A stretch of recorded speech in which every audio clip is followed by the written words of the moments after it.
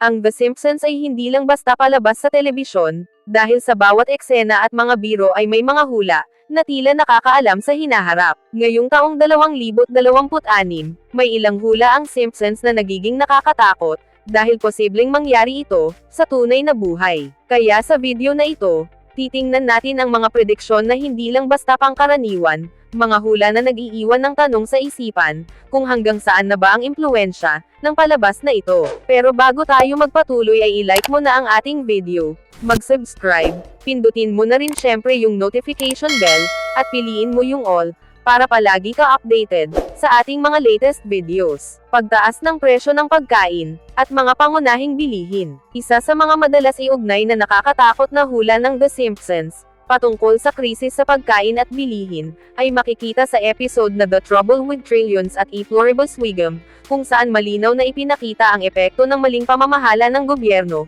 pagkalugi ng ekonomiya at manipulation, sa sistema ng kalakalan. Sa mga eksenang ito, ipinapakita ang biglaang paghina ng halaga ng pera, kakulangan ng supply, at pagtaas ng presyo ng mga basic commodities, kagaya ng pagkain at gasolina. Bagamat satire lamang ang palabas, ngunit kapansin-pansin na ang ganitong senaryo, ay kahawig ng nararanasan ng maraming bansa ngayon, kung saan tumataas ang inflation, habang nananatiling mababa ang sahod, ng karaniwang mga mamamayan. Sa episode na Much Ado About Nothing, tinalakay rin ng The Simpsons ang isyu ng sobrang gastusin ng gobyerno, na nauuwi sa bagong buwis at dagdag presyo, sa mga bilihin. Dito makikita kung paano ang mga desisyong pampulitika, ay direktang tumatama sa pang-araw-araw na pamumuhay ng mga tao, lalo na sa presyo ng pagkain, at mga serbisyo. Kapag inihalin tulad sa kasalukuyang sitwasyon, maraming economist ang nagbababala na ang kombinasyon ng global conflict, climate change at supply chain disruptions,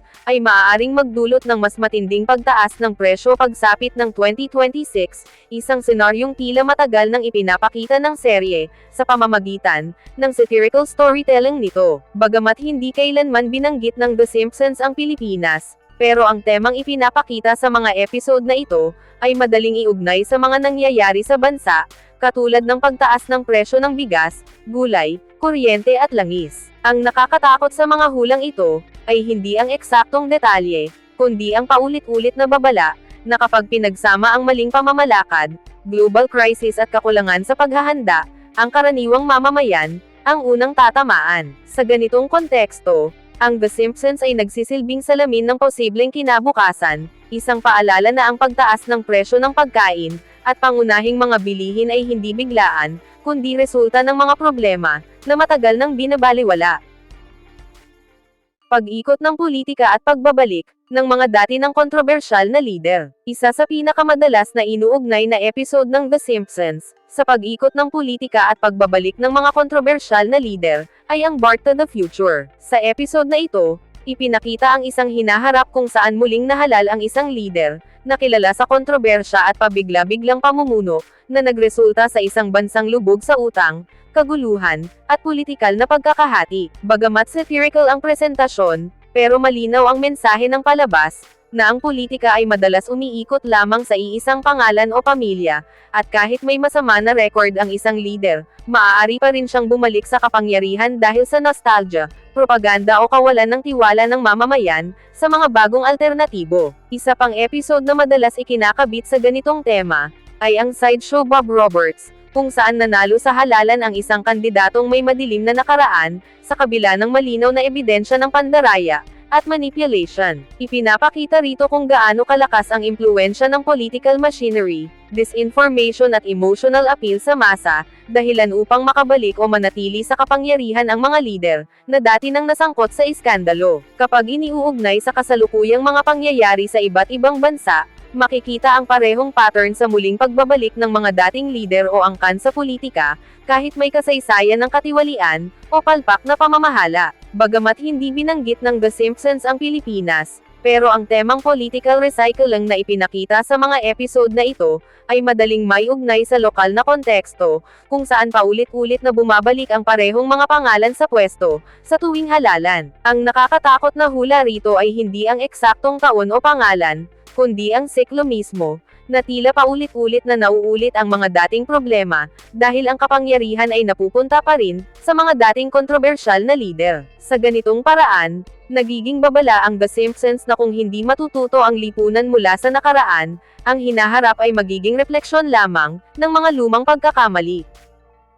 Mga natural disaster, na lalong lumalala. Isa sa mga episode ng The Simpsons na madalas inuugnay sa lumalalang mga natural disaster, ay ang Homer vs. Lisa and the Eighth Commandment, at lalo na ang The Old Man and the Sea Student, kung saan ipinakita ang kapabayaan ng pamahalaan at komunidad sa kalikasan, na humahantong sa mas matitinding sakuna. Sa mga eksenang ito ay makikita ang polusyon, maling paggamit ng likas yaman at kakulangan sa paghahanda, na nagiging dahilan ng pagbaha, pagkasira ng infrastruktura at panganib sa buhay ng mga tao. Bagamat hindi tuwirang ipinakita ang mga bagyo o lindol sa global scale, pero malinaw ang mensahe ng palabas na kapag pinabayaan ang kalikasan, ang balik nito ay mas malupit at hindi inaasahang mga sakuna. Isa pang mahalagang episode ay ang Lisa's Sacrifice at The Day the Earth Stood Cool, na tumatalakay sa climate change, urban overdevelopment at ang epekto nito sa kaligtasan ng komunidad. Sa The Simpsons ay madalas na inilalarawan ang Springfield bilang isang lugar na paulit-ulit na tinatamaan ng baha, heat waves at environmental collapse, dahil sa maling desisyon ng tao. Kapag inihambing sa kasalukuyang sitwasyon ng mundo, makikita ang parehong pattern ng mas malalakas na bagyo, mas mahahabang tagtuyot at mas madalas na pagbaha, mga senaryong inaasahang lalo pang lalala pagsapit ng 2026, ayon sa mga babala ng siyentipiko. Bagamat hindi binanggit ang Pilipinas sa The Simpsons, ngunit madaling iugnay ang mga temang ito sa lokal na karanasan ng bansa, na madalas tamaan ng malalakas na bagyo, lindol at pagbaha. Ang nakakatakot na hula ng palabas ay hindi ang eksaktong petsa ng sakuna, kundi ang babala na kung magpapatuloy ang kapabayaan sa kalikasan, at kakulangan sa disaster preparedness, mas magiging mapanira ang mga natural disaster sa hinaharap. Sa ganitong konteksto, ang The Simpsons ay nagiging salamin ng posibleng 2026, isang paalala na ang kalikasan ay may hangganan, at kapag ito ay nilampasan, ang kapalit ay kalamidad. Pagkalat ng bagong virus o sakit. Ang pinakamadalas iugnay na episode ng The Simpsons sa pagkalat ng virus, ay ang Marge in Chains, kung saan ipinakita ang mabilis na pagkalat ng tinawag na Osaka flu, na nagsimula mula sa isang produkto, na galing sa ibang bansa. Sa episode na ito, malinaw na ipinakita kung paano kumalat ang sakit dahil sa global trade, kakulangan sa kaalaman ng publiko, at mabagal na pagtugon ng mga awtoridad. Bagamat gawa-gawa lamang ang virus, ngunit ang paraan ng pagkalat nito mula sa simpleng pagubo, hanggang sa panic buying at pagkaparalisa ng komunidad, ay kahawig ng mga totoong pangyayari sa modernong mundo, kaya't madalas itong ituring na isa sa mga pinaka-nakakatakot na hula ng mga serye. Sa iba pang episode katulad ng Homer Goes to College, at ilang disaster-themed episodes ng The Simpsons, paulit-ulit na ipinapakita ang ideya na ang kapabayaan, misinformation at maling tiwala sa sistema, ay maaaring magpalala ng krisis. Sa konteksto ng sakit o virus, ang serye ay nagbibigay diin na hindi lamang ang mikrobyo ang kalaban, kundi pati ang maling desisyon ng tao, katulad ng pagbaliwala sa babala, pagkalat ng maling impormasyon, at kakulangan sa maayos na health preparedness. Kapag iniuugnay sa kasalukuyang sitwasyon ng mundo, maraming dalubhasa ang nagbababala na posibleng magkaroon ng panibagong outbreak sa mga susunod na taon dahil sa climate change, urban congestion, at patuloy na global travel. Bagamat hindi kailanman binanggit ng The Simpsons ang Pilipinas, pero madaling iugnay ang temang ito sa karanasan ng bansa, lalo na sa mga naging epekto ng mga nakaraang pandemya at outbreaks. Ang nakakatakot na hula ng palabas ay hindi ang eksaktong uri ng virus o taon ng paglitaw nito, kundi ang babala na ang isang bagong sakit ay maaaring kumalat ng mas mabilis kung hindi handa ang sistema ng kalusugan at ang mga mamamayan. Sa ganitong pananaw, ang The Simpsons ay nagsisilbing paalala na ang tunay na panganib sa 2026 ay hindi lamang ang paglitaw ng bagong virus, kundi ang pag-uulit ng parehong pagkakamali ng nakaraan. Pagtaas ng unemployment at economic collapse. Isa sa mga episode ng The Simpsons na malinaw na tumatalakay sa pagbagsak ng ekonomiya at malawakang pagkawala ng trabaho, ay ang Homer vs. the 18th Amendment, at lalo na ang The Old Man and the Lisa. Sa mga episode na ito ay ipinakita ang epekto ng maling desisyon sa negosyo, kasakiman ng mga korporasyon at kawalan ng pangmatagalang plano ng pamahalaan, na nagreresulta sa pagsasara ng mga kumpanya at pagkawala ng hanap buhay, ng maraming mamamayan ng Springfield. Bagamat satirical ang tono, ngunit malinaw ang ipinapakitang pattern, na kapag pinagsama ang corporate greed, environmental neglect at weak governance, mabilis na bumabagsak ang lokal na ekonomiya at ang ordinaryong manggagawa, ang unang naaapektuhan. Isa pang mahalagang episode na madalas iugnay sa temang ito, ay ang Bart Gets Famous at Scenes from the Class Struggle in Springfield, kung saan ipinakita ang matinding agwat ng mayaman at mahirap, at kung paano nawawala ang middle class, kapag nagkakaroon ng economic instability. Sa The Simpsons ay maraming karakter ang biglaang nawawalan ng trabaho, o napipilitang magtrabaho sa mababang sahod, na nagpapakita ng kahinaan ng sistemang pang-ekonomiya, kapag tinamaan ng krisis. Kapag inihalin tulad sa totoong mundo, ang kombinasyon ng automation, global recession, inflation at political uncertainty, ay itinuturing ng maraming analyst, na posibleng magdulot ng mas mataas na unemployment rate sa mga susunod na taon, kabilang ang posibleng epekto nito, pagsapit ng 2026. Bagamat hindi direktang binanggit ng The Simpsons ang Pilipinas, subalit madaling iugnay ang mga temang ito sa lokal na sitwasyon, kung saan maraming manggagawa ang apektado ng contractualization, pagsasara ng negosyo, at pagtaas ng presyo ng mga bilihin. Ang nakakatakot na hula ng serye, ay hindi ang eksaktong taon ng pagbagsak ng ekonomiya, kundi ang paulit-ulit na babala na kapag hindi na protektahan ang trabaho ng mamamayan, at hindi na ayos ang pundasyon ng ekonomiya, maaaring mauwi ito sa malawakang unemployment, at economic collapse. Sa ganitong konteksto, ang The Simpsons ay nagiging salamin ng posibleng hinaharap, isang paalala na ang krisis sa ekonomiya ay dahan-dahan na nabubuo, bago tuluyang sumabog. Pagkawala ng privacy, at sobrang surveillance ng gobyerno. Isa sa pinakamalinaw na episode ng The Simpsons, na tumatalakay sa pagkawala ng privacy at malawakang surveillance, ay ang Homer Badman, at higit lalo, ang The Computer Wore Menace Shoes. Sa huling nabanggit, ipinakita kung paano nagagamit ang teknolohiya, internet activity at personal data ng mamamayan, upang bantayan ang bawat galaw ng isang individual, hanggang sa puntong nawawala na ang pribadong buhay. Sa satirical na paraan, ipinakita ng palabas na ang simpleng online actions, ay maaaring magamit laban sa isang tao, isang ideyang noon ay nakakatawa pa, ngunit ngayon ay nagiging normal na bahagi ng modernong lipunan. Isa pang mahalagang episode ay ang Dasbos at E Pluribus Vigum, kung saan makikita kung paanong ang takot, kaguluhan at political instability, ay nagiging dahilan upang bigyang katwiran ang mas mahigpit na kontrol, at pagmamatsyag ng awtoridad. Sa mundo ng The Simpsons, ang surveillance ay kadalasang ipinapakita bilang solusyon sa kaguluhan, ngunit kalaunan ay nagiging instrumento ng pang-aabuso sa kapangyarihan. Kapag iniuugnay sa kasalukuyang mga pangyayari, ang mabilis na pag-unlad ng AI, facial recognition, data tracking at digital ID, ay nagbubukas ng posibilidad na lalo pang lumiit ang espasyo ng privacy ng mamamayan, pagsapit ng 2026. Bagamat hindi direktang binanggit ng The Simpsons ang Pilipinas, subalit madaling iugnay ang temang ito sa lokal na karanasan, kung saan laganap na ang paggamit ng CCTV, online monitoring at data collection, sa pangalan ng seguridad at kaayusan. Ang nakakatakot na hula ng serye, ay hindi ang eksaktong teknolohiya o taon, kundi ang babala na kapag nasanay ang lipunan sa sobrang surveillance, unti-unting nawawala ang hangganan sa pagitan ng proteksyon, at panghihimasok sa pribadong buhay. Sa ganitong pananaw, ang The Simpsons ay nagsisilbing paalala na ang tunay na panganib sa 2026, ay hindi lamang ang teknolohiya mismo, kundi kung paano ito ginagamit, at kung hanggang saan ito pinapayagan ng mga mamamayan.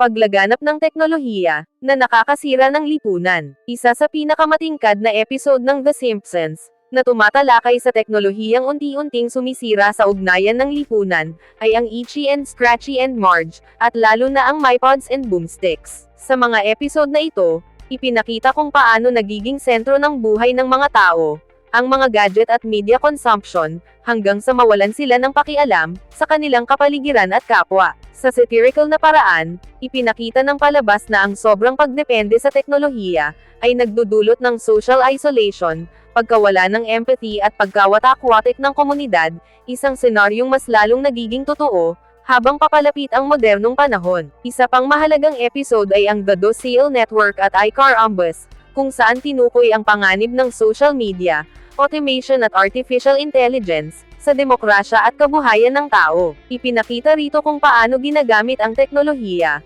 upang manipulahin ang opinyon ng publiko, kontrolin ang impormasyon at palitan ang human labor, ng mga machine. Bagamat pinalabas bilang biro at satire, pero malinaw ang babala ng The Simpsons, na kapag ang teknolohiya ay nauna kaysa sa etika at pananagutan, maaari nitong palalain ang disinformation, tanggalan ng trabaho ang milyon-milyon, at sirain ang tiwala ng tao sa isa't isa. Bagamat hindi binanggit ng The Simpsons ang Pilipinas, pero madaling iugnay ang temang ito sa lokal na karanasan, kung saan laganap ang fake news, online toxicity, AI-generated content, at labis na pagdepende sa digital platforms. Ang nakakatakot na hula ng serye ay hindi ang mismong teknolohiya, kundi ang paraan ng paggamit nito, kung saan ang innovation ay nagiging sandata, laban sa katotohanan, pagkakaisa, at dignidad ng tao. Sa ganitong konteksto, ang The Simpsons ay nagsisilbing babala na pagsapit ng 2026, ang pinakamalaking banta ay hindi ang makabagong teknolohiya mismo,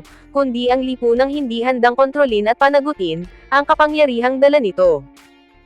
Malaking protesta, at civil unrest. Isa sa mga episode ng The Simpsons, na malinaw na nagpapakita ng malawakang protesta at kaguluhang panlipunan, ay ang sideshow Bob Roberts, kung saan sumiklab ang galit ng publiko, matapos mabunyag ang manipulation sa eleksyon, at pang-aabuso ng mga nasa kapangyarihan. Sa episode na ito ay ipinakita kung paano nauuwi sa mass outrage, ang kawalan ng tiwala ng mamamayan sa gobyerno, media at mismong sistema, ng demokrasya. Bagamat satirical ang presentasyon, pero malinaw ang mensahe na kapag ramdam ng tao na niloloko sila, at walang hustisya, ang protesta ay nagiging hindi maiiwasan. Isa pang mahalagang episode, ay ang The Day the Violence Died at A Pluribus Vigam, na nagpapakita kung paano ang kahirapan, inequality at political frustration, ay nagiging mitya ng collective anger. Sa mundo ng The Simpsons, madalas magsimula ang civil unrest sa simpleng reklamo, kung saan mataas na buwis, kawalan ng trabaho o maling pamumuno,